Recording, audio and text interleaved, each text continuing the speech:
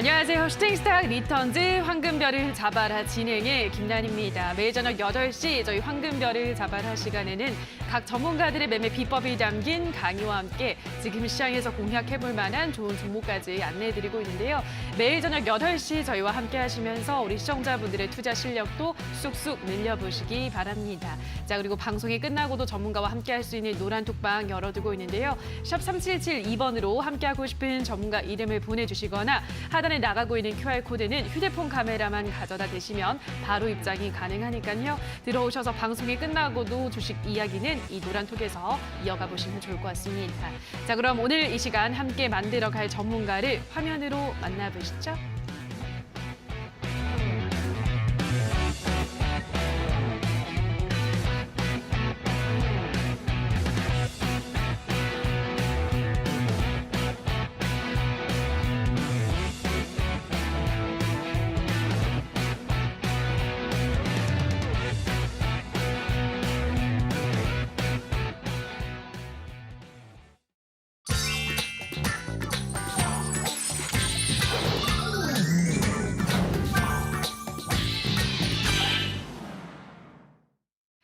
네, 오늘은 단타장인 전문가와 함께합니다. 전문가님 안녕하세요. 네, 반갑습니다. 네, 반갑습니다. 자, 오늘 시장에 대한 자세한 이야기 별별 이슈를 통해서 나눠보도록 하겠습니다. 오늘의 이슈 화면으로 만나보시죠. 네, 제롬 파월 연준 의장이 잭슨홀 미팅에서 통화 긴축 기조를 강력하게 이어갈 것임을 선언을 했습니다. 자, 이런 가운데 연준은 다음 달부터 양적 긴축의 규모도 최대로 늘리기로 했는데요. 자, 과연 시장에 미칠 영향이 어떨지 또 전문가와 함께 이야기를 나눠보도록 하겠습니다. 우선은 지난주 이제 제롬 파월 연준 의장의 발언이 공개가 되면서 어제는 양시장이 모두 일단 좀 많이 떨어졌는데 오늘은 또 반등을 했더라고요, 전문가님. 네. 그 외국인도 매도를 하고 있긴 합니다. 그 규모도 그렇게 크진 않은 것 같은데 전문가님은 어쨌든 이번 이 제롬 파월 연준 의장의 발언 또 시장 어떻게 보고 있으신가요? 네, 일단 뭐 이번에 파월이 좀 그 매파적인 발언을 하면서 상당히 좀 어려워졌습니다. 근데 사실 이제 이 매파적인 분위기로 간다라는 건 우리가 어느 정도 알고 있었는데 여기에서 이제 시장이 좀 우려를 했던 건 뭐냐면 뭐 금리 올리는 것까지는 오케이다. 근데 제롬 파월 의장이 이제 슬슬 기준금리 올리는 건 올리는 건데 또 내릴 준비를 어느 정도 좀 시사하지 않을까 이런 기대감을 시장이 좀 하고 있었거든요. 왜냐면 이제 연말까지 기준금리 올라갈 거라는 걸 시장이 모르진 않았어요. 근데 그렇게 이제 계속 올릴 거다라는 것 때문에 시장이 떨어졌다고 저는 보진 않습니다. 왜냐면 이제 이전부터 계속 기준금리를 공격적으로 올리겠다고 얘기를 했었고요. 그렇죠. 그 부분도 시장에 이미 선반영이 다 되어 있다라고 저는 보고 있어요.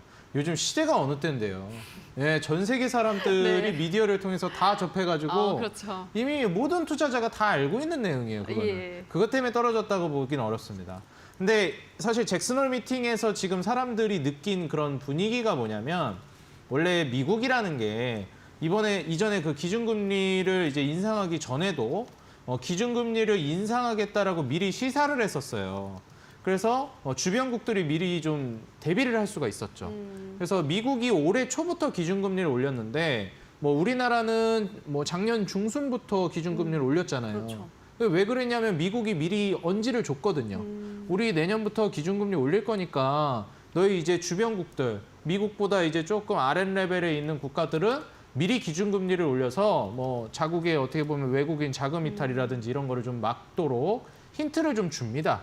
왜냐하면 미국이 워낙에 이제 이 구심점이기 때문에 미국이 한번 이렇게 돈을 풀었다가 다시 이제 거두어들이는 과정에서 디폴트라든지 이렇게 어떻게 보면 경제 충격이 오는 국가들이 많거든요. 그래서 국제사회에 어느 정도 힌트를 주는 건데 이번에 잭슨홀 미팅에서 그런 힌트를 좀 줄 거라고 기대를 했어요. 사실 뭐 대단한 걸 바라진 않았는데 너무 이렇게 좀 냉정하게 얘기는 안 하지 않을까 그랬는데 너무 냉정하게 얘기하는 거예요. 네. 그래 뭐 연말까지는 기준금리 올릴게 약속한 거였잖아. 얘기했던 거였잖아.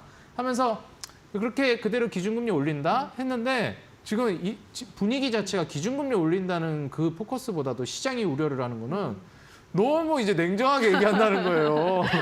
야, 이거 뭐 더 올릴 것 같지 막. 네. 연말 이후까지 올릴 것 같지 막 그렇게 너무 냉정하게 얘기한다는 겁니다.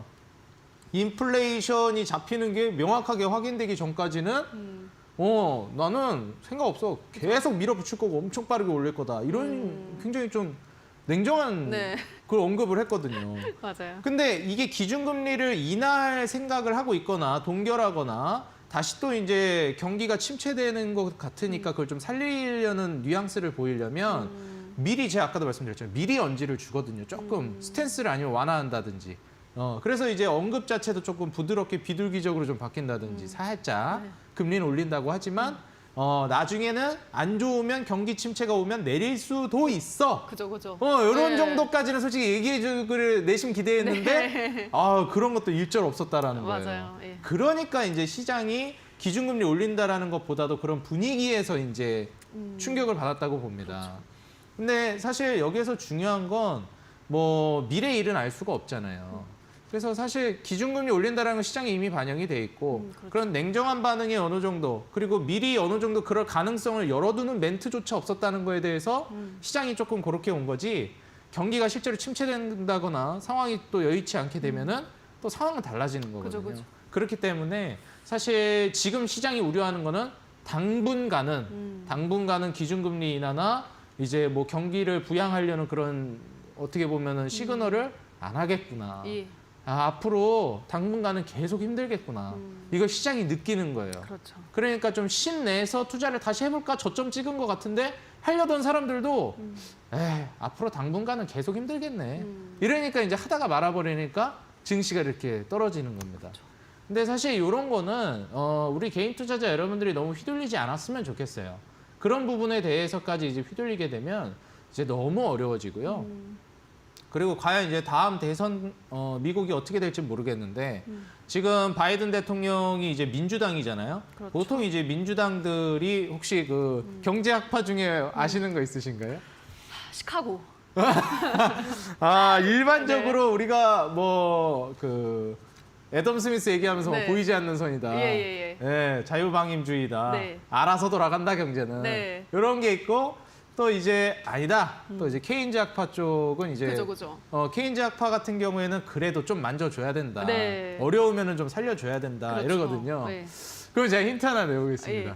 과연 이제 그런 애덤 스미스 같은 고전주의 학파가 민주당일까요? 아니면 케인즈 학파가 민주당일까요? 케인즈 학파죠. 그 네, 맞으셨습니다. 그쵸. 네.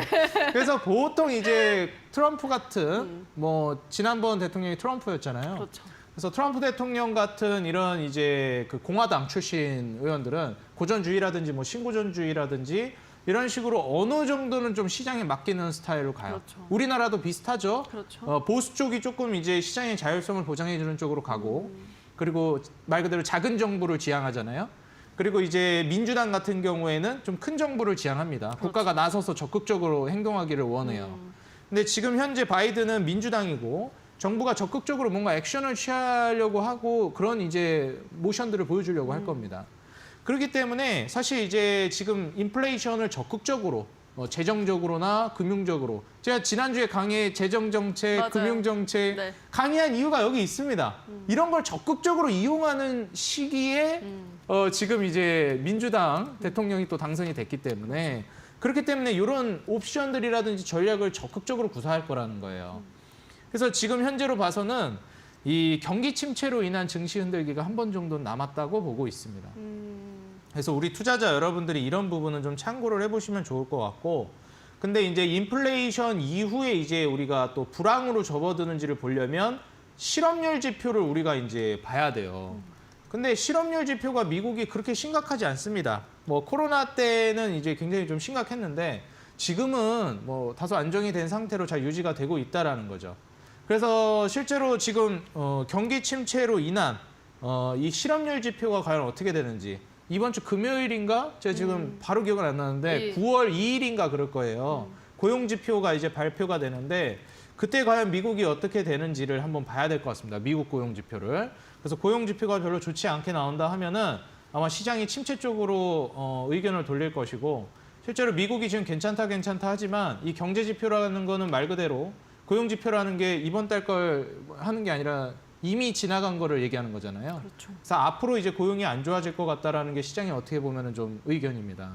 그래서 고용 시장이 좀 안 좋아질 거라고 이제 예상을 하게 되면 경기 침체를 미리 이제 또 대비를 하겠죠. 좀 더 침체가 온다 싶으면 물가가 잡히고 침체가 온다 싶으면 아마 이제 공격적으로 또 정책을 쏠 거예요. 예를 들면 재정 정책 같은 거. 그렇죠. 재정 정책 대표적인 게 인프라 투자거든요. 그래서 제가 이제 국가가 경기 침체를 살리기 위한 방안으로 인프라 투자를 할 것이고 과거 갑자기 기억이 안 나네요. 네. 맨날 얘기했는데. 과거 어떤 거요? 아, 그 루즈벨트 대통령이 맞나? 네. 그 뉴딜 정책 했던 게? 네. 지금 제가 갑자기 기억이 안 나네요. 어쨌든 중요한 건 그게 아니니까. 네, 그렇죠. 네, 뉴딜 정책이라는 이 단어를 차용해 와가지고 그린 뉴딜이라고 얘기를 하고 있습니다. 이거는 적극적으로 이제 그 큰 정부로서 어떻게 보면 행동을, 액션을 취할 것이고 경기 침체를 대비해서 뉴딜 정책을 하겠다라는 걸 이제 얘기를 한 거거든요. 바이든 대통령 들어오면서 얘기가 나온 거잖아요. 그렇죠. 그렇기 때문에 이번에 좀 큰 정부로서 적극적으로 침체를 살리기 위해서 인프라책을 어떻게 보면 이제 사용을 하겠다. 그렇게 되면은 당연히 뭐 건설이라든지 철도라든지 아니면은 뭐 갖가지 인프라 투자들, 도로 닦고 길 닦고 건물 세우고 이런 것들. 그래서 뭐 시멘트가 필요하겠죠. 철강도 필요하고요. 그다음에 뭐 건설이라든지 건물 짓고 이런 거 할 때 또 건설 기계들도 필요합니다. 그래서 이런 부분들이 이제 인프라책으로 주가들이 움직일 가능성이 높아요. 그럼 경기 침체가 왔을 때 그런 종목들이 갈까요? 막 이렇게 경기 부양책, 재정 정책을 했을 때, 인프라 정책을 했을 때 아니에요. 그때는 늦어요. 지금 이제 미리 그 길목에 투자를 해놓고 기다리고 계셔야 그런 쪽으로 이제 수익이 나는 겁니다. 그래서 우리 투자자 여러분들도 지금 현재 추후에 경기 침체가 어느 정도 기대가 되고 있는, 기대라고 하긴 좀 그러네요. 우려가 되고 있는 상황이기 때문에 그런 경기 침체가 나올 것을 우리가 이제 예상을 한다라고 했을 때 이미 인플레이션이 너무 많이 심각해졌어요. 좀 인플레이션이 심각한 건 맞는데 잘 해결될 수도 있지 않을까요? 경기 침체 안 올 수도 있잖아요. 이렇게 물어보실 수 있을 것 같아요. 근데 저는 경기 침체가 온다고 봐요. 올 수밖에 없다고 보고 있고 그래요. 왜 그런지에 대해서는 제가 오늘 강의에 대해서 짤막하게 또 준비를 했어요. 오늘 강의를 보시게 되면은 경기 침체가 오겠구나라는 게 아마 느껴지실 겁니다. 그래서 오늘 강의도 여러분들이 좀 집중을 해주시면 좋을 것 같고 이번 잭슨홀 미팅을 제가 또 이제 한 가지 관점을 좀 더 집중해서 본 부분이 있었는데 그게 뭐였냐면 과거에 인플레이션이 좀 잡혔다 싶어가지고 다시 금리를 낮추고 이랬어요. 그러면서 된통 당했었거든요. 스태그플레이션 오면서 난리가 났었어요. 그러다 보니까 지금 연준은 그때 이제 과거에 안 좋은 기억이 있는 거예요. 그렇죠. 그래서 인플레이션이 좀 잡혔다 싶을 때가 아니라 제대로 잡혔다 싶을 때 이제 금리를 멈출 것 같습니다. 그래서 지금 뭐 섣불리 그렇게 한다기보다 시장 분위기 자체를 아예 그냥 경고성으로 니네 뭐 할 생각하지 마. 나 돈 안 풀어줘. 비둘기적으로 나 절대 안 갈 거니까 꿈도 꾸지 마라고 굉장히 단호하게 얘기하는 게 인플레이션을 그렇게 공격적으로 잡겠다라는 그런 의지가 좀 반영이 됐다라고 보고 있습니다. 그래서 여기서 인플레이션이 꺾이고 추세가 한번 타기 시작하면 쭉쭉쭉 떨어지거든요. 네. 그러다 보니까 이 과정 속에서 침체가 벌어지는 건데 그런 이제 메커니즘은 제가 오늘 강의를 통해서 설명을 드릴 겁니다. 그래서 오늘 지금 어디 가지 마시고 지금 증시도 그렇고 너무 불안한 상황이고 다들 떨고 계실 거예요. 우리 투자자 여러분들이. 근데 이게 매도 알고 맞아야지. 그렇죠. 그리고 매도요 잘 이용하면 오히려 여러분들 이렇게 뭐라고 해야죠? 이거 안마기로 쓸 수 있어요. 그렇기 때문에 요거를 여러분들이 잘만 이용하시면 오히려 경기 침체를 수익으로 바꿀 수 있다니까요. 그래서 경기 침체가 온다고 해서 손실 나는 게 아니거든요. 뭐 증시가 무너질까 봐 현금 확보하신 분들은 조선주 투자 못 하셨어요. 경기 침체는 맞추셨지만 조선주 수익은 놓치신 거예요. 이런 식으로 항상 상승하는 데서 돈을 벌 수 있는 방법이 있고 하락하는 와중에 돈을 벌 수 있는 방법이 있습니다. 진짜 부자들과 진짜 돈을 벌 줄 아는 사람들은 올라갈 때도 돈을 벌고 떨어질 때도 돈을 벌고 다시 올라올 땐 더 크게 돈을 법니다. 그렇기 때문에 이 메커니즘을 이해한 사람들이 저는 부의 90%를 장악하는 10%의 사람들이라고 생각을 해요. 대다수의 90% 사람들은 이런 메커니즘을 이해하고 싶어 하지도 않고 알고 싶어 하지도 않고 귀찮아하고 어려워합니다. 근데 오늘부터 적어도 오늘 방송 시청하신 분들은 이 10%의 투자자분들, 전 세계 부의 90%를 거머쥔 부자들이 최소한 기본으로 알고 있는 것 정도는 알아야 뒤처지진 않는다고 생각이 들어요. 그래서 오늘 투자자 여러분들, 오늘 강의 꼭 여러분들이 시청을 하시면서 여러분들의 어떻게 보면 이 시야를 좀 더 투명하게 좀 더 이제 해상도를 높일 수 있는 그런 강의를 준비했으니까 오늘 강의 집중해 주시면 좋을 것 같고 길지도 않아요. 좀 제가 오늘 앞에 시간을 많이 할애한 이유가 강의 그렇게 길지 않게 준비했어요. 지루하게 좀 제가 요새 강의하는데 네. 너무 길어져가지고 좀 루즈해지는 것 같아서. 아, 재밌어요, 강의. 그거 정말요? 네. 아 그래요? 네. 아, 강의를 감사합니다. 워낙 잘하시니까. 감사합니다. 부끄럽습니다 이거. 그래서 오늘 강의도 이제 네. 바로 옆으로 가서 시작할 그렇죠. 건데 예. 우리 앵커님도 한번 잘 들어주시고 아, 그럼요. 예, 우리 시청자 여러분들도 한번 집중해서 들어주시면 좋을 것 같습니다. 네. 채널 고정하시고 바로 이제 강의하러 저는 넘어가 보겠습니다. 알겠습니다. 일단 시장에 대한 이야기를 또 간단하게 해봤는데요. 경기 침체에 따라서 또 한 번 정도는 증시 흔들기가 나올 수 있다는 점 참고를 하시기 바라고요. 자, 그렇다면 이 남은 하반기 시장 어떠한 전략을 가지고 또 대비를 할 수 있을지 이어지는 강의를 통해서 자세한 이야기를 들어보도록 하겠습니다. 자, 그럼 오늘의 이슈 다시 한번 화면으로 정리하고 오시죠.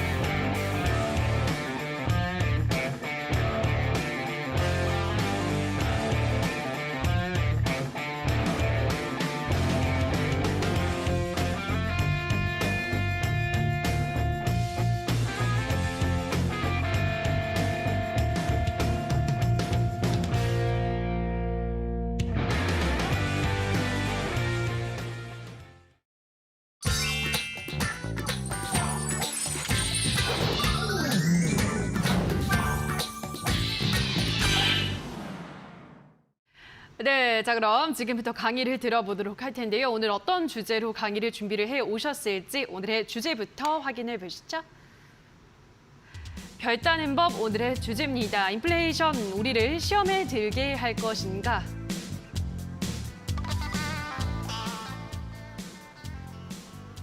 네, 오늘은 인플레이션 관련한 이야기를 또 준비를 해 오셨는데요. 네, 지금 이미 좀 시험에 든 것 같은데요, 전문가님. 어떤 것부터 짚어볼까요? 뭐 사실 이제 주식은 마법의 단어 또 이제 선반영이라는 게 있기 때문에 이미 먼저 우리를 좀 많이 때렸습니다. 그렇기 때문에 향후에 우리를 또 때릴까봐 걱정이 되는 부분들을 우리가 미리 짚고 넘어가야 될 것 같고 우리가 지금 현재 어디에 위치해 있는지를 알아야 향후에 우리가 좀 예상해 볼 수 있을 만한 시나리오를 써볼 수가 있는 것이라고 저는 생각을 합니다. 그래서 지금 우리가 어디에 위치해 있는지를 알기 위해서 저는 증시와 시황 예측 그리고 거시적인 매크로웨이브를 파악하는 거라고 생각을 해요. 그래서 우리 투자자 여러분들이 과연 오늘 내가 어디에 위치해 있고 어디로 가고 있는지 굉장히 어떻게 보면 이 주식이라는 게 저는 철학과도 연결이 많이 되어 있다고 생각합니다. 주식에서 성공을 하려면 사실 이제 학문적인 것도 물론 기본으로 있어야 되겠지만 심리학을 먼저 배워야 된다라고 많은 이제 이 주식 그리고 이제 증권 투자의 대부들이 얘기를 하죠. 그래서 우리 투자자 여러분들이 심리적으로 안정이 되려면 지금 현재 내가 어디에 위치해 있는지 어디로 가고 있는지 이런 철학적인 질문에 여러분들이 답변을 할 수 있어야 되겠다라고 저는 생각을 합니다. 그래서 오늘 우리는 지금 어디에 위치해 있는지 어느 방향으로 가고 있는지 제가 여러분들께 제시를 해드리고 알려드릴 거니까요. 향후 우리가 어떻게 대비를 해서 그런 상황이 펼쳐졌을 때 우리가 돈을 잃지 않는 것이 아니라 과연 어떻게 그런 안 좋은 상황에서조차도 돈을 벌 수 있는지 오늘 저랑 같이 시작해 보시면 좋을 것 같습니다. 부자 아빠, 가난한 아빠라는 책을 쓴 굉장히 유명한 로버트 기요사키라는 이제 자수성가의 대표격인 강사가 있죠. 그 로버트 기요사키가 해준 대표적인 이제 명언이 있습니다. 우리 투자자 여러분들, 우리가 잃지 않기 위해서 얼마나 많은 것들을 잃어왔는가. 여러분들이 손실을 보지 않기 위해서 혹은 위험으로부터 회피하기 위해서 얼마나 많은 수익들을 놓치고 있었는지를 다시 한번 상기하면서 오늘 강의 시작해 보도록 하겠습니다. 오늘 강의는 이제 인플레이션에 대해서 설명을 드릴 겁니다. 그렇기 때문에 이 인플레이션에 대해서 우리 투자자 여러분들이 다시 한번 이제 생각을 해봐야 되겠는데요. 자, 인플레이션. 우리 투자자 여러분들 정말 많이 들어보았지만 누구나 자세히는 알고 있지 못하는 대다수의 투자자 여러분들, 대다수의 분들은 인플레이션에 대해서 제대로 알고 계시지 않아요. 인플레이션이 무엇이냐? 사전적 정의를 안다라고 해서 인플레이션을 정말 면밀히 안다라고 볼 수는 없겠죠. 우리가 그동안 지나왔던 역사 속에서 인플레이션이 어떤 영향을 미쳤고, 그리고 우리가 지나온 발자취들 속에서 인플레이션 이후에 어떤 상황들이 연출이 되었는지 우리가 알고 있는다면 향후에 그런 방향성으로 연출이 되지 않는다 하더라도 그렇게 될 가능성을 우리가 알고 있기 때문에 그런 부분들을 우리가 염두에 두면서 투자에 임할 수 있겠다라는 겁니다. 그래서 이런 메커니즘을 이해하고 투자에 진행이 되셔야 되겠다라고 다시 한번 말씀드리면서 인플레이션이 무엇인지 간략하게 말씀을 드리고 시작하겠습니다. 자, 우리가 물가가 많이 올라가고 있죠. 여러분들 요새 장바구니 물가도 올라간다고 하고 너무 많이 이제 모든 제품들이 비싸졌습니다. 식당을 가도 그렇고요.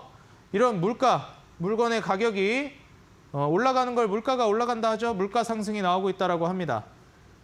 그런 물가 상승이 인플레이션이냐? 이건 너무 단순하고요. 이 물가 상승이 단기간에 너무 빠른 속도로 진행이 되는 거를 인플레이션이라고 합니다. 그래서 우리는 이 인플레이션을 항상 우려를 하고 그리고 이 물가가 너무 가파르게 오르는 거에 대해서 우려를 해요. 사실 인플레이션이 발생한다라는 것은 우리가 장기적으로 더 나은 내일, 더 발전된 미래를 추구하는 인류로서 당연히 우리가 받아들일 수밖에 없는 것입니다.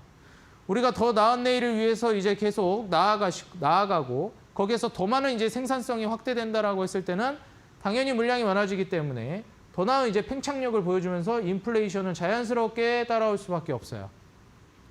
그렇기 때문에 인플레이션이 단순히 온다, 물가가 단순히 올라간다라는 건 우리가 우려할 것이 못 됩니다. 근데 여기서 발생하는 문제는 우리의 임금은 오르지 않고 그리고 우리에게 들어오는 가처분 소득은 늘지 않고 지난주에 제가 말씀드렸죠? 가처분 소득이 뭐예요? 세금 떼고 국가가 우리한테 뺏어가는 거 말고 우리가 진짜 통장에 꽂혀서 쓸 수 있는 그 돈 말입니다. 그런 돈들이 줄어들고 그 대신 물가는 올라가고 생산성은 떨어지고 이런 부분들이 우리가 우려가 되는 겁니다. 혹은 생산성이 증가가 되는데도 불구하고 그걸 뛰어넘을 정도로 빠르게 올라가는 물가가 우린 걱정이 된다는 거예요. 그렇기 때문에 우리는 인플레이션을 우려하는 겁니다. 너무 빠르니까. 우리가 발전하고 있는 것 이상으로 비싸지니까.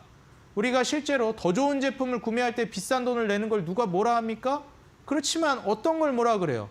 야, 이거를 좋은 건 알겠는데 너무 비싼 거 아니냐? 이런 얘기를 우리가 종종 해요. 그게 바로 인플레이션이 급격히 발생했을 때 사회 전반에 나타나는 현상입니다. 그래서 오케이, 좋아진 건 알겠어.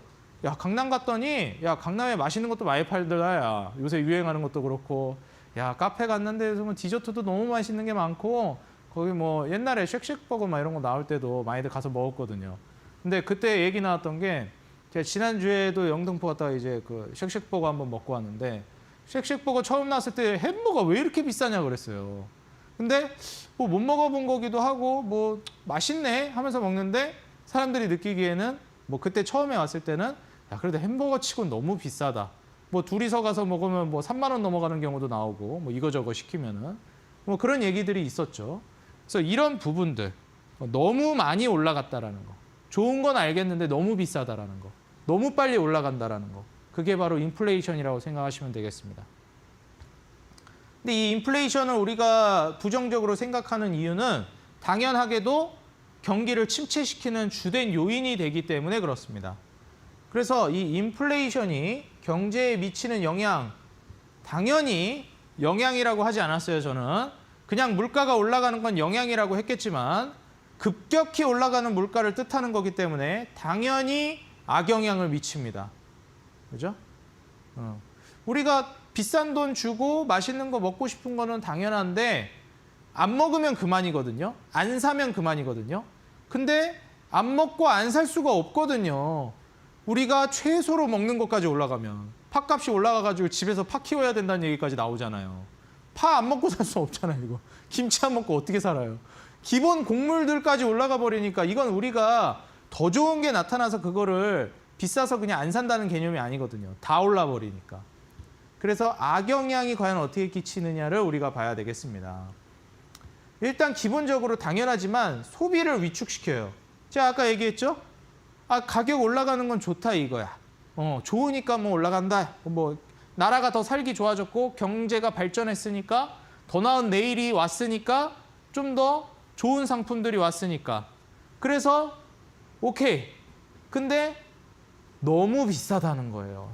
이거는 상식선을 벗어났다는 겁니다. 그러다 보니까 안 사요. 엔간하면 사겠는데 너무 하니까 안 사는 거예요. 그래서 소비가 위축됩니다.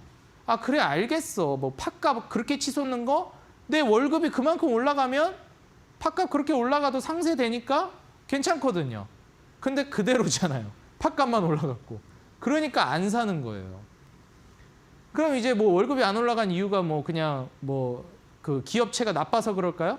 기업도 돈이 안 벌리니까 그러는 거예요. 다시 말해서 제가 아까 얘기했던 생산성이 안 나오니까 임금도 안 나오는 거고 안 오르는 거고 더 나아가서 해고까지 하고 정리해고 수순을 밟게 되는 겁니다. 소비 위축을 유도합니다. 그래서 인플레이션은. 그러다 보니까 경기가 하락을 할 수밖에 없어요. 안 사니까. 안 산다는 건 다시 기업에게 돌아갑니다. 임금이 낮아지고 혹은 동결되고 물가 오르고 소비를 안 하고 소비를 안 하면 기업이 장사가 안 되고 장사가 안 되면 기업은 다시 말해서 생산성이 떨어지고 손해를 보고 돈을 덜 벌고 그럼 또 이제 인원이 덜 필요하니까 인원을 감축하고 해고하기 시작합니다. 해고하면 소비가 더 위축됩니다. 이런 악순환의 고리가 연속해서 일어나는 거예요. 그러다 보니까 경기가 하락합니다. 그래서 우리가 경기를 볼 때 실제로 미국에서도 우리 경기 아직 괜찮아 라고 얘기할 때 가장 먼저 들이미는 지표가 뭐예요? 그렇죠. 실업률, 고용지표를 들이밉니다. 경기가 좋아졌다 나빠졌다를 볼 때 하나만 봐야 된다라고 하면은 제가 항상 우선순위를 중요하게 얘기하죠. 우리 경기 지금 좋아? 나빠? 얘기할 때 가장 먼저 1순위로 보셔야 되는 건 고용지표입니다. 취업이 제대로 되고 있는지, 완전 고용으로 향해서 가고 있는지, 실업률이 올라가는지 떨어지는지 이걸 먼저 보셔야 돼요.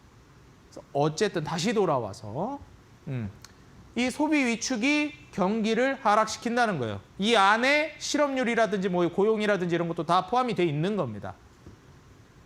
그리고 인플레이션이 심각해지면 지금 연준이 하는 것처럼 우리나라도 하고 있는 것처럼 금리를 올려요.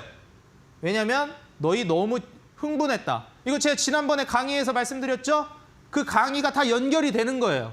그래서 1강부터 첫날 제가 첫 방송부터 지금까지 이 강의 메커니즘도 딱 연결되게끔 제가 강의를 준비했어요.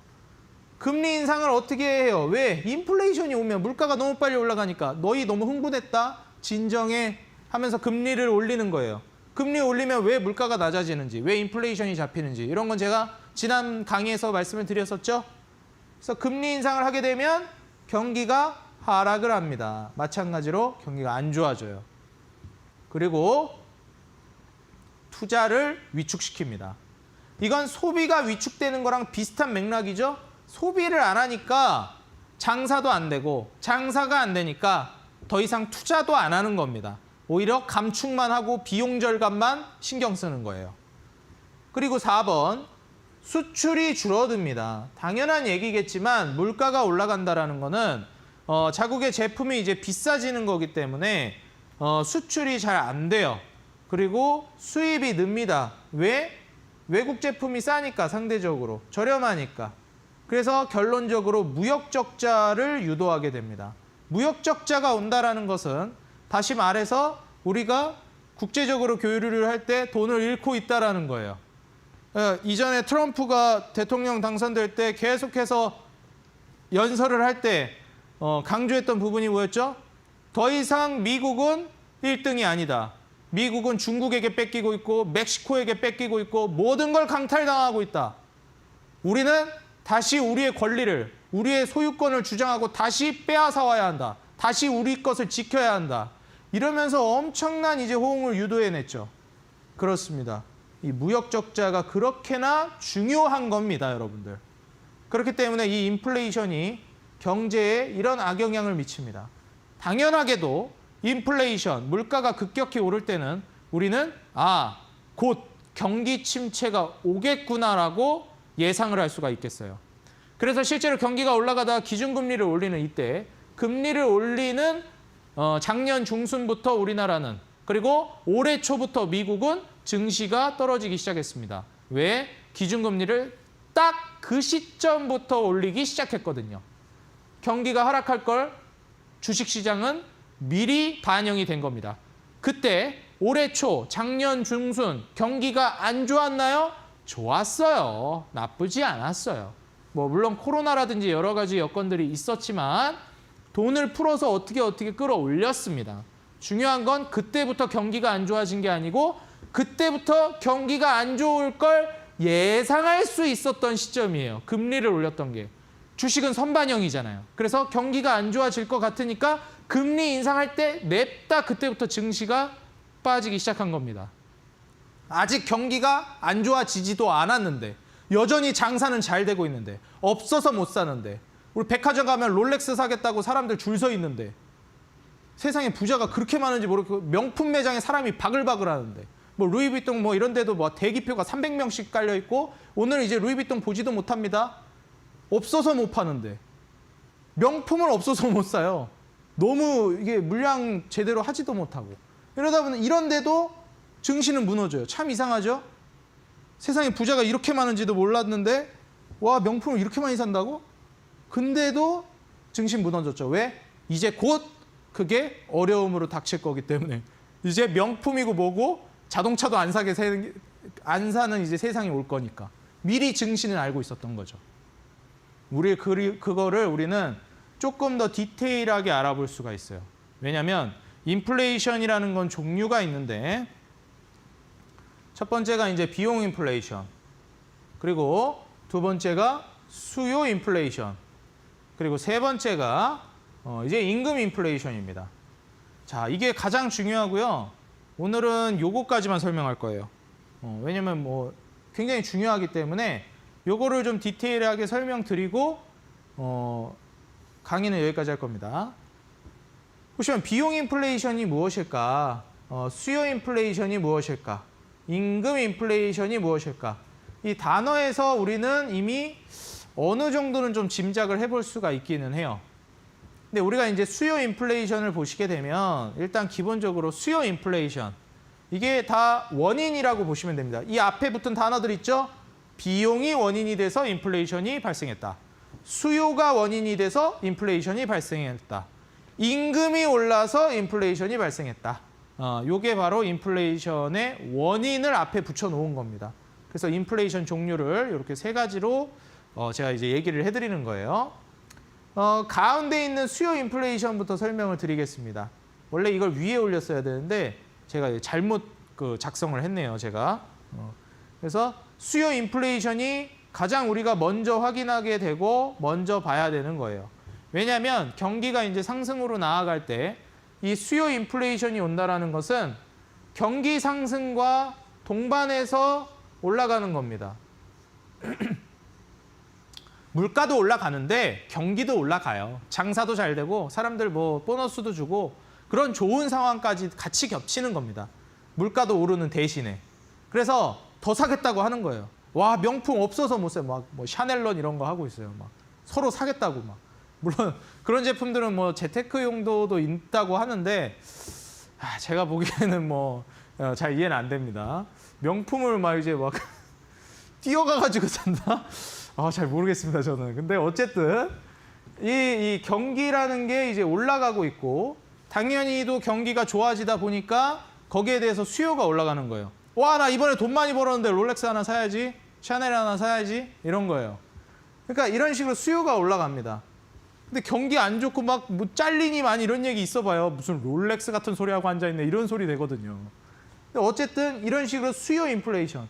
먹고 살기 좋고 돈이 넘쳐나고 기준금리를 인하하면서 돈 뿌리고 양적 완화하고 이러면서 돈이 시장에 넘치니까 수요가 올라갑니다. 그러면서 인플레이션이 촉발이 되기 시작해요. 중요한 건 바로 이 비용 인플레이션입니다. 자, 우리가 지금 여기에 와 있어요. 이건 비용이 올라간다라는 건데 기본적으로 비용이 올라간다는 건 수요가 올라가니까 원자재 수요도 올라가고 전반적으로 올라가게 돼요. 그럼 비용이 올라갈 때 이제 뭐 철강이라든지 뭐 아니면 원자재 같은 거 있죠? 원자재 가격들이 올라가요. 그럼 비용이 막 계속 올라가잖아요. 근데 비용을 올리는 것 중에 다른 요소들도 있어요. 뭐가 있냐면 우리 시청자 여러분들 감이 오실지 모르겠습니다. 최근에 국제적으로 문제가 되고 있는 게 2020년부터 정말 많았어요. 이런 부분들이 바로 비용을 증가시키는 아주 핵심적인 요인이 됩니다. 앵커님한테 한번 질문을 드려봐도 될까요? 네. 아, 좋은가요? 네. 좋습니다. 2020년에 이 비용을 증가시키는 요인이 하나 있었는데 예. 정말 중요한 게 하나 있었어요. 차량용 반도체. 아, 맞습니다. 그런 거 다 맞아요? 왜 생겼죠? 막 뭐 네. 차량용 반도체 막 수급 안 나온다 이런 거 다 뭐 때문에 생긴 거죠, 그런 거? 그러니까요. 공급망에 문제가 네, 생겼는데. 공급도 못 한대요. 막 공급도 못 하게 시키고 막 공급이 왜 왜 안 될까요, 그랬었죠? 그게? 그러니까요. 공급을 왜 작년 못해? 일이었잖아요. 2020년도에 그러니까요. 생각이 안 나요. 생각이 안 나나요? 네. 아주 뭐였죠? 중요. 바로 코로나가 있었죠. 예, 맞아요, 맞아요. 네, 맞아요. 네. 그래서 일반적으로 이 코로나라는 걸 예측할 수가 없잖아요. 그렇죠. 그래서 이거를 저는 질병이라고 얘기를 할게요. 예. 그리고 또 있습니다. 또 있었나요? 질병이 있고 예. 그때 코로나가 촉발되면서 또 얘기가 나왔던 게 바로 친환경 이슈예요. 친환경 이슈가 왜 생겼을까요? 전기차, 친환경 이런 거. 뭐 기후 위기. 그렇죠. 예. 두 번째입니다. 그쵸. 비용을 올리는 두 번째 요소가 바로 기후, 이상기후. 뭐 가뭄이라든지 네. 홍수라든지 지금 중국도 가뭄이 엄청 나가지고 폭염이라든지 가뭄이라든지 이런 게 엄청나서 전력난 이슈가 터지고 있어요. 그렇죠. 이런 게 다 비용을 올리는 요소가 됩니다. 그래서 이런 부분들이 이 두 가지가 저는 지금 우리 사회에도 현재 우리가 경험하고 있는 사태이기 때문에 우리 또 앵커님께 한번 질문을 네. 드렸습니다. 네. 감사합니다. 감사합니다. 그럼 우리가 이제 다시 돌아와서 한번 볼까요? 이제 비용 인플레이션은 일반적으로 수요 인플레이션으로 인해서 촉발이 되는 거기도 한데 그 이후에 이제 원자재 가격들이 올라가니까 당연히 비용 가격도 올라가거든요. 원자재 가격, 비용도 올라가는데 불규칙 변수가 생겨납니다. 그게 바로 뭐냐면 제가 아까 말씀드렸던 가뭄 혹은 이제 질병, 뭐 이상기후 같은 거 있죠? 그럼 가뭄이라는 거, 홍수라는 거, 뭐 그다음에 폭염 이런 거 다 뭐예요? 이거 기후 현상, 이상기후, 기후예요, 기후. 1번 기후, 2번 질병. 우리가 질병을 먼저 겪었죠? 코로나19. 이거 순서가 잘못됐다. 다시 써야겠다. 1번 우리가 맨 먼저 2020년도에 무엇을 겪었죠? 2020년도에 코로나를 겪었습니다. 다시 말해서 질병을 겪었어요. 그러면 이제 그 다음에 우리가 순차적으로 한번 볼까요? 아래로. 그 다음에 겪은 게 뭐 있을까요? 1번 질병을 겪었고요. 2번 우리가 뭘 겪었죠? 이 홍수나 가뭄보다 먼저 나온 게 있어요. 그게 뭘까요? 바로 전쟁입니다. 전쟁. 우크라이나 러시아 이슈, 그리고 지금까지 계속해서 연속적으로 나오고 있는 바로 중국과 대만 간의 전쟁 이슈. 그리고 3번이 바로 우리가 또 겪는 최근 이상기후. 다시 말해서 뭐 이상기후라고 하는 게 맞겠네요. 이상기후라고 하겠습니다. 가뭄이라든지 홍수라든지 이런 것들 있죠. 이런 것들. 이 대표격인 이런 것들이 바로 뭐냐면은 비용 인플레이션을 촉발하는 또 다른 요인이 됩니다. 이런 것들은 우리가 컨트롤을 할 수 있는 영역이 아니에요. 예를 들어서 수요 인플레이션이라든지 비용 인플레이션은 아까 말씀드렸던 지금 민주당, 미국의 현재 왜 갑자기 대통령 이름이 기억이 안 나죠? 네, 바이든. 바이든 대통령이 민주당이죠. 민주당은 케인즈학파를 일반적으로, 뭐 무조건 그런 건 아닙니다. 일반적으로 이제 많이 사용한다. 큰 정부를 지향한다 말씀드렸죠. 그렇기 때문에 이걸 아마 제어하려고 할 거예요. 직접적으로. 적극적으로. 제어가 되나요? 어디 이게? 제어가 안 되죠. 왜 제어가 안 됐을까요? 우린 질병이나 전쟁이나 이상기후는 제어할 수가 없거든요. 인류의 힘으로 어쩔 수 있는 것들이 아니거든요. 그렇기 때문에 이런 건 제어할 수가 없습니다. 그러다 보니까 나온 얘기가 뭐예요? 스태그플레이션 얘기가 나오는 겁니다. 안 잡히는 거예요. 인류의 힘으로, 정책으로는 어떻게 할 수 있는 그런 것들이거든요. 이런 것들이 촉발이 되면 나중에 더 큰 침체를 불러옵니다. 마지막 단계, 서서히 오지만 우리에게 엄청난 영향력을 발휘하는 임금 인플레이션입니다. 자, 이제 사람의 몸값이 엄청나게 올라갔습니다. 과거 일본이 뭐 처음에 일본에 잃어버린 10년이라고 그랬는데 다음에 가니까 뭐 20년, 30년, 그냥 10년 지날 때마다 계속 올라가요. 일본 계속 쉬고 있어가지고. 이제 뭐 일본 한 잃어버린 40년 됐나요, 이제? 잃어버린 10년이 계속 늘어나고 있어요. 그러다 보니까 이 임금 인플레이션, 임금이 올라가는데 사실 이제 이 일 아니면 안 하겠다. 이 정도 돈 아니면 안 하겠다. 근데 기업은 또 더 저렴하게 써야 되죠. 그래서 이런 문제들이 계속 촉발이 되고 있다. 이 정도까지 가게 되면 뭐가 온다? 그렇죠. 심각한 침체를 우리가 우려해야 되는 수준까지 가게 된다. 요즘 정말 아이러니한 상황이 펼쳐지고 있습니다. 우리 시청자 여러분들. 사람을 구하기가 어려운 시대에 봉착했어요. 정말 이상하죠? 코로나도 끝나고 뭐 하고 이제 본격적으로 사람을 뽑으면 일할 줄 알았는데 사람들이 일을 안 하는 거예요. 취업난이라고 하는데 구인난이래요. 정말 아이러니하지 않습니까? 요즘 세상이 그런 세상이 됐습니다. 임금을 올려주지 않으면 아마 일을 안 할 거예요. 그런 상황에서 과연 이제 향후의 랠리는 어떻게 될까요? 생산성은 떨어졌는데 임금을 올려준다? 이제 침체로 가는 겁니다. 그럼 과연 이런 침체 상황 속에서 우리가 대처해야 될 방안, 저는 여러분들에게 이 침체를 방어할 수 있는 방법을 알려드리고 싶고, 그리고 더 나아가서 침체를 역으로 수익으로 바꿀 수 있는 방법을 알려드리고 싶습니다. 오늘 제가 준비한 온라인 공개 방송에서는 그런 내용을 말씀드릴 거고, 노란톡에서 지속적으로 제가 거기에 대한 브리핑을 해드릴 거예요. 노란톡 어떻게 입장하는지 아까도 말씀드렸죠? 예, 오셔가지고 계속 이제 참여를 하시면 되겠습니다. 옆에 이렇게 그 바코드 나가고 있죠? 이 바코드 카메라로 캡처하시면은 카톡방, 노란톡 그거 입장할 수 있으니까 거기 오셔가지고 하시면 되겠습니다. 그래서 오늘 강의는 제가 여기까지 준비했거든요. 그래서 우리 시청자 여러분들 오늘 강의 다시 한번 새기시면서 향후 우리가 어떻게 침체가 와도 돈을 벌 수 있을지, 저는 방어적인 선택이 아니라 오히려 침체에서 돈을 벌 수 있는, 위험을 회피하기보다 위험을 이용하는 투자자가 되셨으면 하는 마음으로 오늘 온라인 공개 방송까지 준비했으니까요. 오늘 방송 끝까지 계속해서 시청해 주시기 바라겠습니다. 오늘 강의는 여기서 마무리하겠습니다. 네, 오늘은 강의를 통해서 인플레이션에 대해서 좀 자세하게 저희가 배워봤는데요. 자, 이어지는 온라인 공개 방송에서는 이렇게 뭐 인플레이션 사태가 일어나도 증시가 어떤 움직임을 보여도 오를 수 있는 기업에 대해서도 알려주신다고 하시니까요. 포털 검색창에 슈팅스타 검색하시고 들어오셔서 스크롤 조금 내려보시면 단타장인 전문가 사진 아래에 방송 보기라는 버튼이 있습니다. 버튼 누르시면 입장 가능하니까요. 잠시 후 온라인 공개 방송까지도 많은 참여 기다리고 있도록 하겠습니다. 자, 그럼 오늘의 강의는 다시 한번 화면으로 정리하고 오시죠.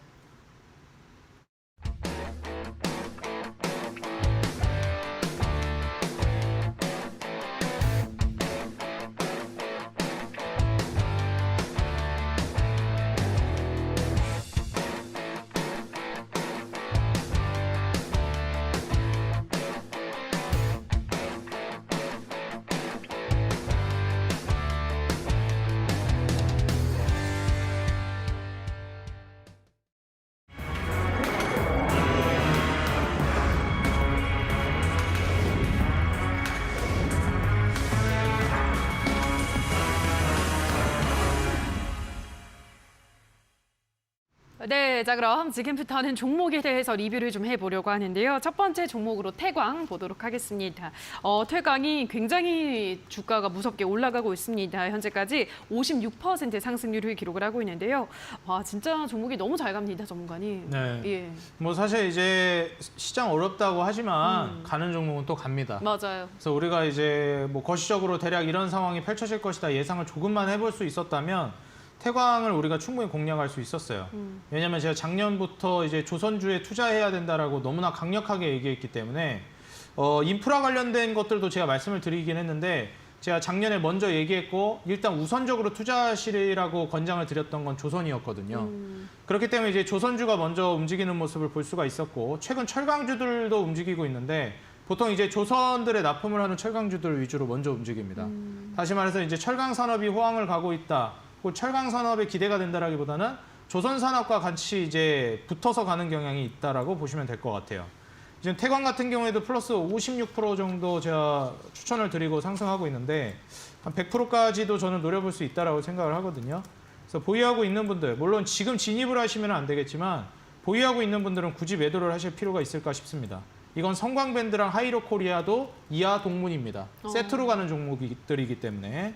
그래서 태광 여러분들 계속 보유해서 가져가시고, 오늘 제가 이제 드리는 종목이랑 같이 이제 푸드나무라는 종목도 제가 이전에 드렸었는데 맞아요. 그 푸드나무랑 오늘 제가 또 이제 그 제시하는 종목이랑 같이 엮어서 보시면 좀 좋을 것 같아요. 예. 그래서 오늘 리뷰는 여기까지 하고 다음에 제가 오늘 황금별 종목까지 바로 또 이제 준비했으니까 그거까지 또 이제 기대해 주시라 말씀드리겠습니다. 네, 태광은 보유하신 분들은 계속 보유하는 게 좋겠다. 앞으로 시세 더 기대된다라고 설명을 해드렸습니다. 자, 그럼 다시 한번 오늘 리뷰할 종목들 화면으로 정리를 하고 오시죠.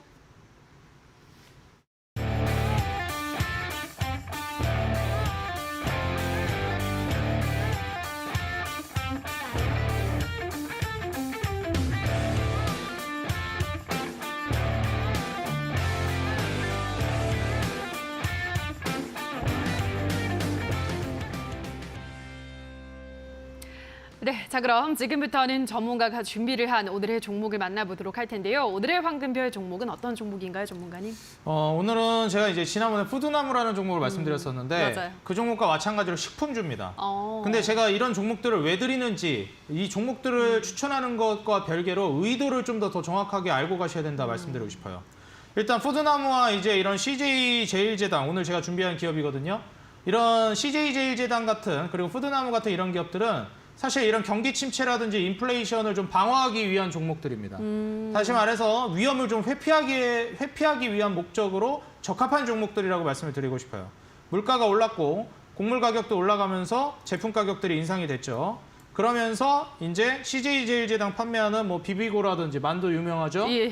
그래서 이제 세계화에도 이제 글로벌화가 되고 있는 제품을 많이 만들고 있기 때문에 실제로 이제 엔터 산업이라든지 영화 산업, 그리고 미디어 산업에서도 이런 식품들을 자연스럽게 PPL을 녹여내는, 어떻게 보면 굉장히 유리한 위치에 있습니다. 왜냐하면 그런 이제 영상 미디어 산업을 하고 있는 쪽이기 때문에.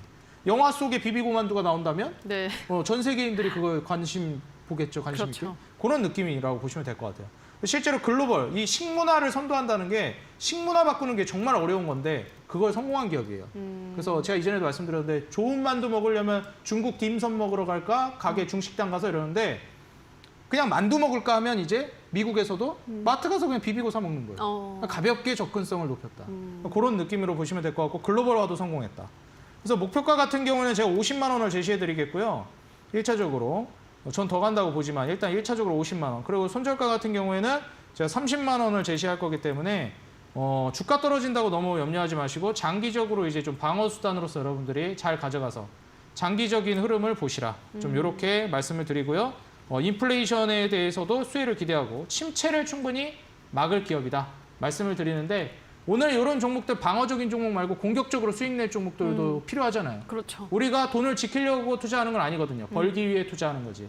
제가 오늘 그 기업들, 그리고 왜 그런 기업들, 그런 산업에 투자해야 되는지 그 이유까지, 메커니즘을 모두 총망라해서 오늘 바로 이어지는 온라인 공개 방송에서 설명을 드릴 겁니다. 그래서 우리 투자자 여러분들, 오늘 온라인 공개 방송 많은 참여 부탁드리고요. 여러분들 계좌를 바꿀 수 있는 방법, 침체를 현명하게, 그리고 증시 흔들기를 무던하게, 침착하게 넘어갈 수 있게끔 오늘 강의 제가 준비했으니까 모두 한 분도 빠짐없이 오시기 바라겠습니다.